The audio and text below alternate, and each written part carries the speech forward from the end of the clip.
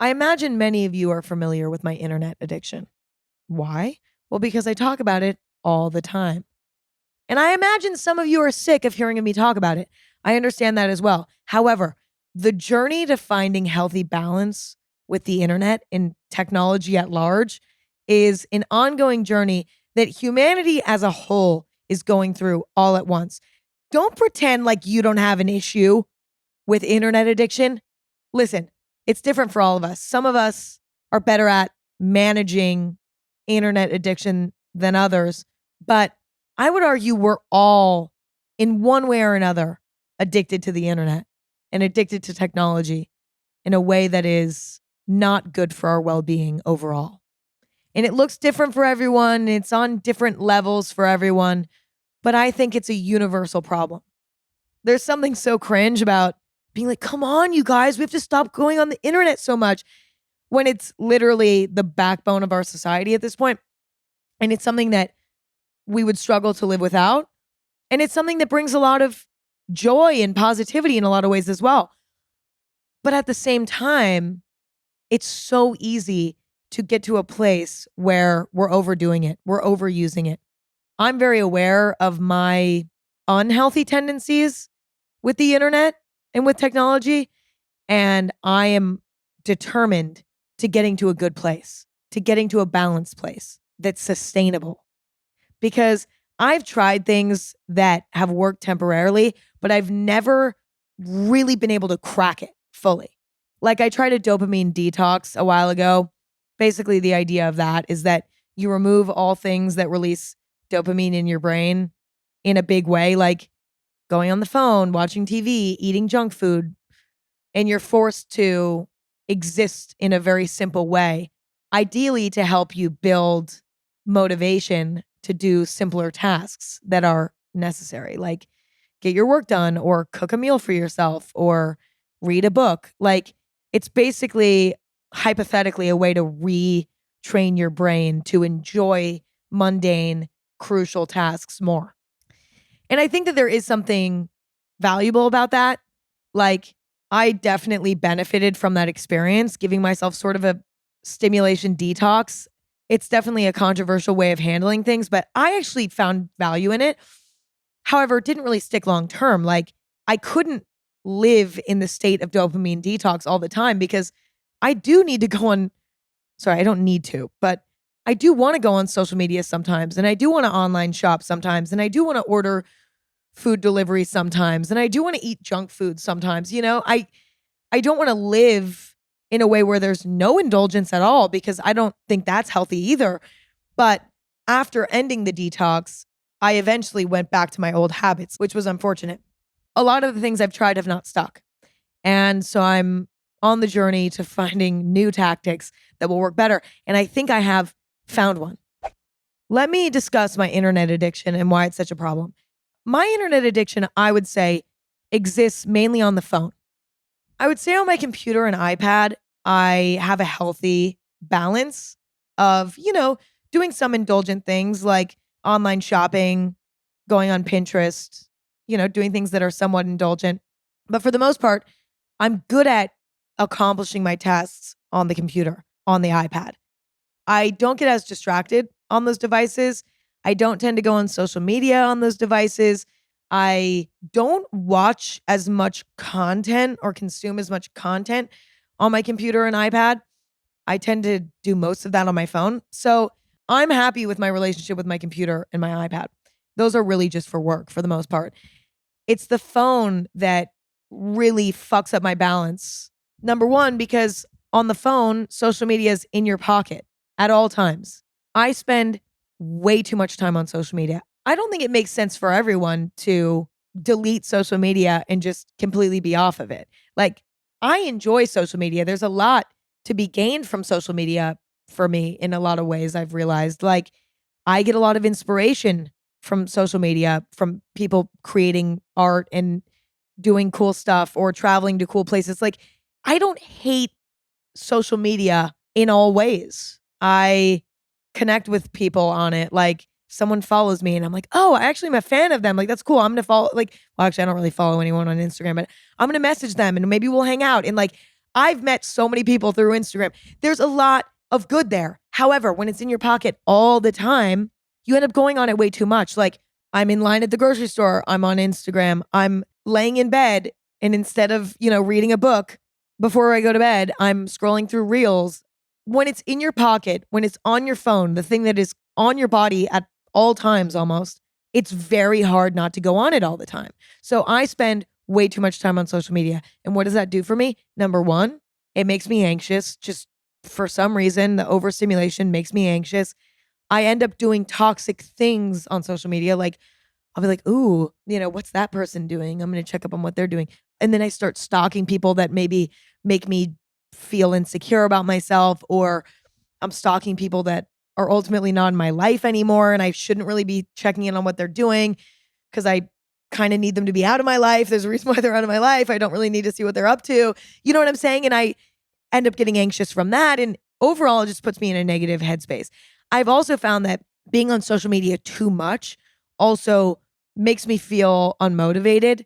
I think it's because going on social media releases so much dopamine that it makes it hard to then go and do a somewhat tedious task like do your dishes or get your work done because you've released all this dopamine. Now you don't have any left to release when you want to do these more mundane tasks that will be satisfying when you complete them, but it's harder to motivate because they're not as I've heard online, dopaminergic, I think, which means like they're not as satisfying in a way. They're still satisfying, but they're not as satisfying.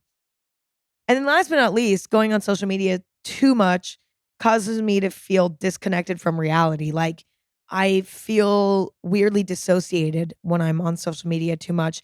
And like my brain is not existing in the real world, it's existing in that world. Like all of the values and priorities and things that are happening on social media become what is happening in my real life instead of what's actually tangibly happening in front of me. Does that make sense? And it's overwhelming. Like when you're living in the real world, there's much less going on.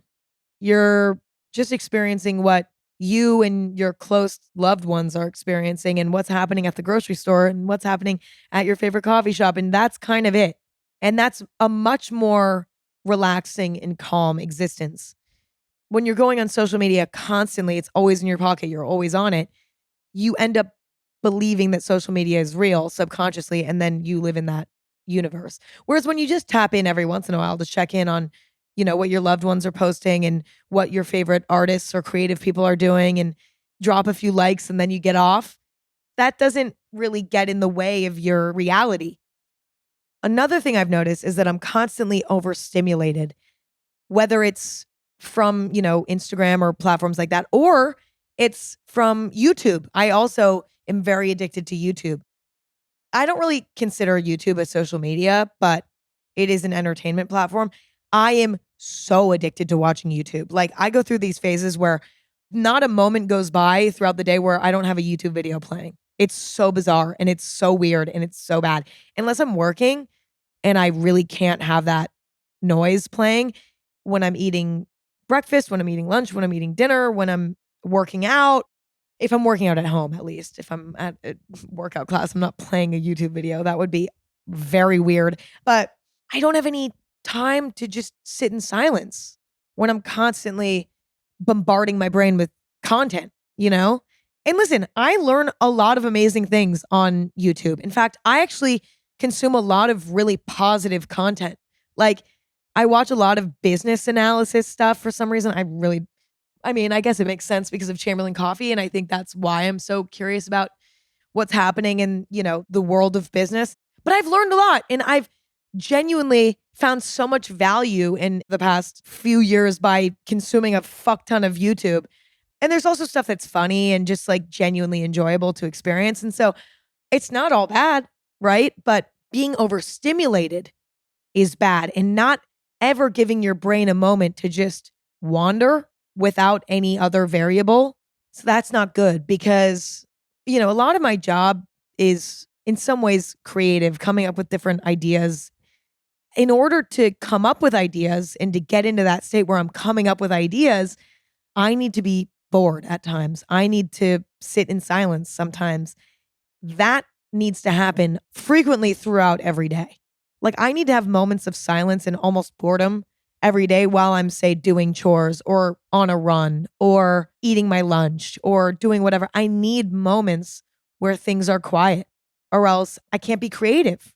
And on top of that, I end up feeling disconnected from myself when I'm overstimulated. Like when all of my thoughts are not my own and instead they're things that I saw online, I end up losing the impossible to explain connection that I can feel to myself when I'm the most grounded. When I'm spending, multiple hours a day in dialogue with myself, that is when I feel the most connected to myself. And that can only happen in moments of silence, in moments of boredom. There's a lot of things that I rely on the internet to do that I should be doing in person, like online shopping, ordering food, grocery shopping. You really miss out on the experience of people when you do all of these things online. But it's so easy to just be like, oh, I'm just going to get my groceries delivered. I'm just going to get dinner delivered tonight. I'm just going to order all of this stuff online. On top of that, you tend to overdo it. Like, I feel like when I'm shopping online or consuming things online, my eyes are bigger than my stomach. Like, when I'm ordering clothes online, there's something about ordering online where I end up ordering more than what I need. When I'm ordering dinner, I'll be like, oh, all of these things look good. I'm just going to add them all to the cart. And then I Postmate something and I have way too much food. And obviously I eat it for leftovers and it's like not a big deal, but it's just sort of wasteful and weird in a way. It's like, why am I doing that? Or when I'm ordering groceries, the opposite will happen. And like, I'll end up not discovering, new things because I'm not walking through the aisles, or miss out on the opportunity to be inspired to cook something because there's, a piece of produce that's in season and they have an abundance of them in the store. You know what I'm saying? Like it fucks up the whole process on both extremes. And then with food specifically, like ordering food delivery, you miss out on cooking. And cooking is so delightful. Eating home cooked food is very important, I think, at least in my life. And, when it comes to breakfast, brunch, or lunch, or whatever, my first half of the day looks like, I'm usually pretty good about making that food at home. But when it comes to dinner, I'm always like, oh, I already did enough. It's like I'll come up with some sort of excuse to order in. And I miss out on so many experiences when I order food in. I miss out on eating at a restaurant, which I actually very much enjoy. I miss out on cooking. And I miss out on the grocery shopping that was needed for that could have invited a delightful human experience. We really undervalue the mundane day to day sort of interactions that we have with people. And those moments can be really reassuring that humanity is not so bad after all. For the most part, people tend to help each other out and be really kind and polite. And it's really nice to be reminded of that, especially when social media tends to feel the opposite of that. Like nobody's really helping each other. There's a lot of like really horrible, conversations happening at all times, whether it's horrible because it's mean or bullying, or it's horrible because it's drama, or it's horrible because it's, horrible events happening in the world, whatever it is, it can make you believe that there's no good in the world, which is not true. Now, believing that there's good in the world doesn't take away from the bad in the world, because that absolutely exists as well.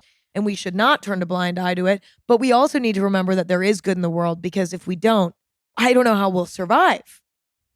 Another piece of my internet addiction is the time wasted, whether it's endlessly scrolling on online websites, looking at different things to buy, or it's scrolling on social media, or it's watching too many YouTube videos, or it's whatever.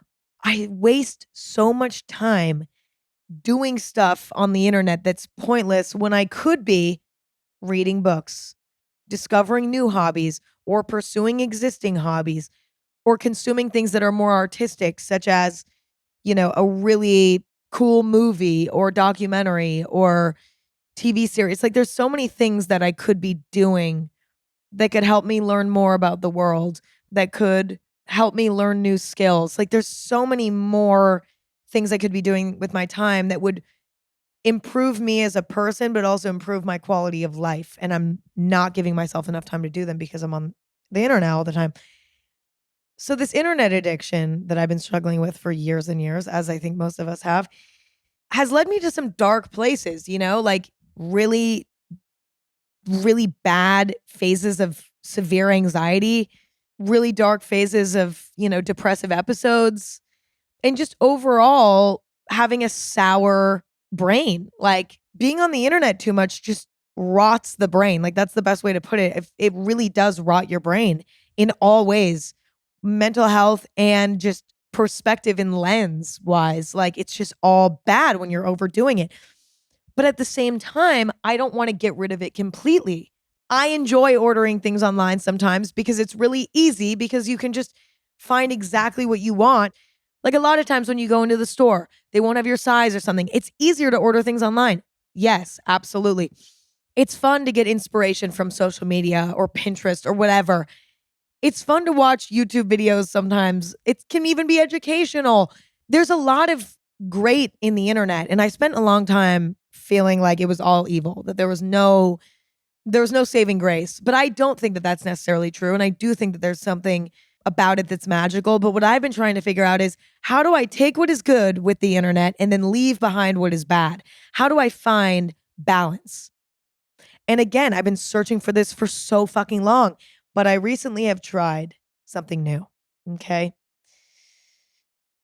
Now, this might be controversial. I don't know. I don't know what you will think of this, but I've recently decided to have two phones. Okay.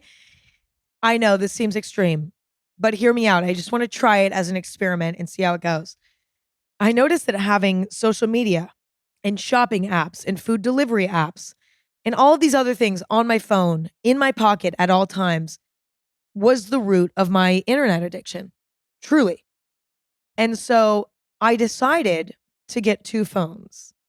Now, I wouldn't have done this if being on the internet, on Instagram, on YouTube, on all these things wasn't my job. A big part of my job is being on the internet, right? If I was not in a career where being on the internet made sense, I would not have done that. I took a slightly different approach than I would maybe recommend to somebody who is not in my position. However, I'm going to explain what I did first and then explain what I would recommend second. So let's start with what I did. So I decided to get two phones so that one phone could be my day-to-day phone and then one phone could be basically my social media bad phone. Basically, I've named both devices. One phone is named good phone and one phone is named bad phone. You know how you can name your phone or whatever? I've named them that.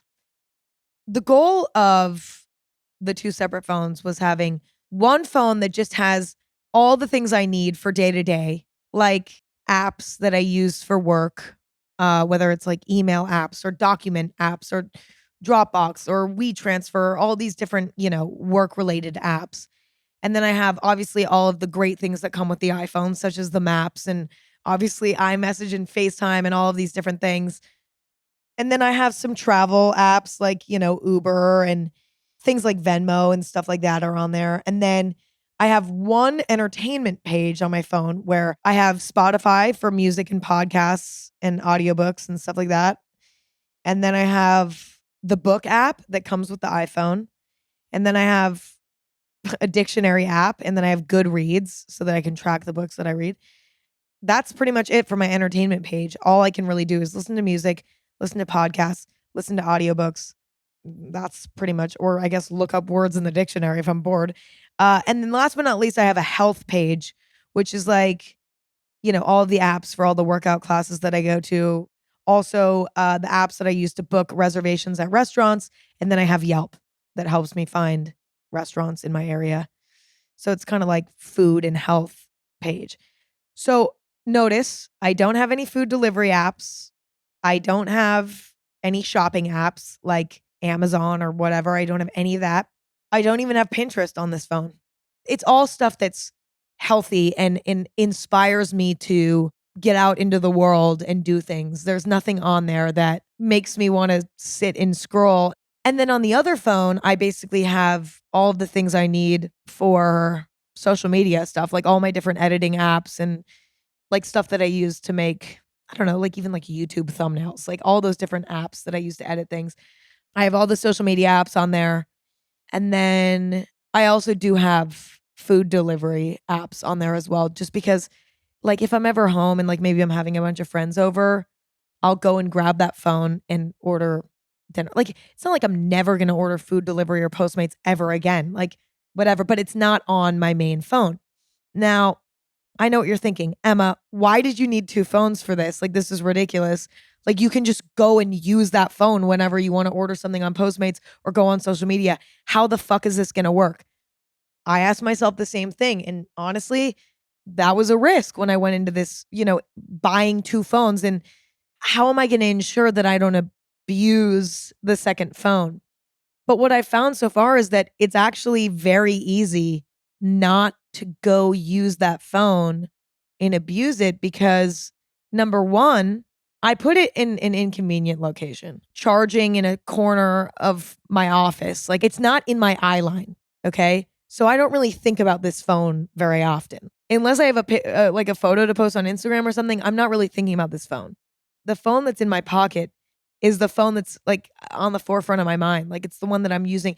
And when you don't see the Instagram app, when you don't see the TikTok app, when you don't see the YouTube app, you almost forget about it. And you're working with what you have on the phone that you have. And so I've actually had no issues with going and abusing that phone, but it has been very helpful for those moments when I'm like, oh, I'm going to post something on Instagram now. I'm going to go and get my phone and do that. Or, oh, I'm going to go, I don't know, like make a YouTube video public using the app instead of like using my computer. Like it's nice that it's there and it's just quick and easy to do it. So it's been very helpful, but I haven't abused it yet. The other reason why I'm confident that I'm not going to abuse it is that I made this phone very challenging to use for anything other than posting on social media or I guess ordering food delivery. Like I have removed all of the apps that you need for a phone. Like for example, calling, texting, email, maps, weather. I've removed all of those from the home screen so that I'm not going to end up taking this phone and like carrying it around. And then last but not least, I now have two phone numbers. One, which I can give out, more liberally, I guess, to people who are, maybe just acquaintances, somebody I'm not close to, or like when I'm at a store and they're like, hey, can you give me your phone number? I can give them that phone number. And then I obviously have now a new phone number that's very private that only my friends and family have. So on a day-to-day basis, only my friends and family can reach out to me on this new phone that has only healthy apps on it. And I'm not being bombarded by messages from people who I'm not really close to. That was also something that used to stress me out was, constantly feeling like I needed to be available to everyone at all times. That's sort of been relieved by the fact that majority of people who have my number have my old number and now my new number is reserved for people who I'm really close to. Everyone else gets shot to that other phone, the bad phone as we call it, and I can respond to it leisurely when I'm checking that phone once every few days. I've so far really loved this experience. Like I literally have not gone on social media, like scrolled around in quite a while now. Like the only time I've gone on social media was because somebody was like, "Hey, you should check this out." And it's just I my brain feels so much calmer. And I do feel more creative. I do feel more inspired. I do feel more productive. And this doesn't feel unsustainable to me. Like this is the first thing that I've done where I've been like, yeah, I actually think I can sustain this. Like all of the challenges that I was experiencing with overstimulation, lack of creativity, lack of productivity, disconnect between myself and, my spirit and my brain. And I've felt relief from all of that. And I've also felt a lot more positive in general. Like my outlook on life has just felt so much more positive.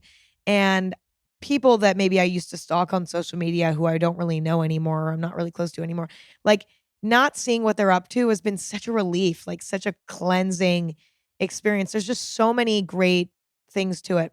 And then not having food delivery on my phone, I've not ordered food delivery in weeks now. I don't even remember the last time I ordered food delivery. I've been going out to restaurants a little bit more, eating at places like Erewhon that have like a hot bar and, you can sit outside and have your hot bar meal. I've been cooking a lot more. Yeah, this has just been a great experience. And listen, again, I went an extreme route by getting two phones. I don't necessarily think that that will work for everyone. I think that that's excessive for some people, and I completely get it. And I think there's so many other ways to do it. I just recently did an interview with a delightful woman, and I was talking to her about social media addiction, and she was saying that she deletes social media apps every time. So she'll post something on social media and then directly after delete the app. And then she'll basically re-download it every single time that she wants to use it. I don't know if that would work for me because I would fear that I just wouldn't delete it. And psychologically for me, I just don't think that that would work, but that works for her. So that could work for you possibly. Like another option is to use another device that you have, whether that's an old iPhone or an iPad or a computer, even a laptop, using only those devices for scrolling through social media and stuff like that and not having the app on your phone. The only problem is you can't upload onto Instagram using your computer. Like you can only scroll. And then for some of you, it might make sense to just delete them altogether.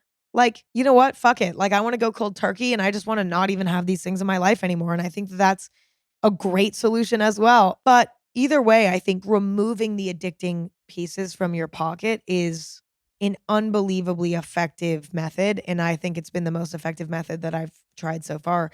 I don't know. I just think that my life has really become more beautiful since. I'm like playing board games and doing puzzles and all these things. And I'm listening to a lot of music. Like I'm discovering a lot of new music to keep it fresh. I'm discovering new podcasts and stuff, or at least trying to. And I just think overall it's been a really great experience and I really, really recommend it. It's been life changing. And I feel for the first time ever, I feel free. Like I really do feel free from the addiction. Did I have a moment of withdrawal? Yes. Less than I expected though. Like I found that, a lot of the moments when I would normally go and scroll on social media, I end up just sort of sitting in silence in a way that's not really even noticeable. Like for example, at the grocery store or at the dentist office when I'm like waiting in line or waiting for it to be my turn. A lot of times I used to go on social media in those moments. I either just people watch or zone out and think about something, or if I'm really like for some reason in the mood for entertainment, I'll open up my book app and I love reading books on my phone. It's actually very pleasant. So I'd recommend that. I haven't really had any withdrawals there. When I'm eating, I think I've had a few moments where I've been like, dang, it'd be nice to watch something. But I'll either just eat in silence or eat while listening to music or eat while reading, which is something I've loved doing recently. Like just eat and read a book. I mentioned that in my last episode, how much I love that. So that hasn't been too bad. I've definitely been getting bored when I've been working out. I've been working out on my own recently. I've stopped going to workout classes as often and I do a lot of solo workouts.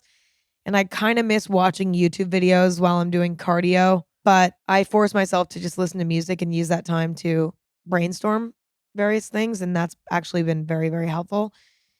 I think the thing I miss the most is actually watching YouTube all the time, like constantly consuming YouTube. I almost miss that more than scrolling through social media. I don't really miss that as much. I think that I sort of have a little fear of missing out. Like, oh my God, what's everyone posting? Like, I want to know. But then very quickly, I'm like, I don't need to look right now. And then I get over it and forget. So the withdrawal symptoms have like not been that bad. I did have a few days, especially in the beginning, where I did feel like this eerie silence almost in my life. Like it was almost like things were too calm, too quiet, the pace was almost so slow. It was like jarring for me. And that kind of caused me a bit of anxiety, but that passed very quickly. Overall, it's been phenomenal. So listen, take my experience, analyze it, and do what you will with it. We're all different and what makes sense for us is all different and figure out what works for you. But I definitely think that everyone could benefit from finding their method of balance when it comes to the internet. And I think it's not a waste of time.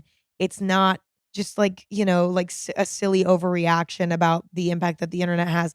It is absolutely not that. I can tell you there is a sharp increase in my quality of life since I've taken the internet and removed it from my pocket. I wish you luck on your journey. And that's all I have for today. I hope that you enjoyed this. And, maybe this will be one of the last conversations I have about internet addiction because maybe this is the time that I actually get it under control. What a delight that would be. but we will see. And I will keep you updated along the journey. To stay updated with Anything Goes, tune in Thursdays and Sundays anywhere that you stream podcasts, although video is exclusively on Spotify for interview episodes. Check out Anything Goes on social media, which is ironic because I just talked about how much social media can be bad for the brain. At Anything Goes, you can find me on social media at Emma Chamberlain, and you can find my coffee company at Chamberlain Coffee. And you can also find Chamberlain Coffee possibly in stores near you. Go to the store locator online and see where we're at. We're in Walmart and Target and Whole Foods and hopefully some other of your favorite grocery stores. If we're not near you, order us online and we'll show up straight to your door. That's all I have for today. Thank you all for listening. Thank you all for hanging out. I love and appreciate your time. And I will talk to you very soon. Okay, love you. Bye.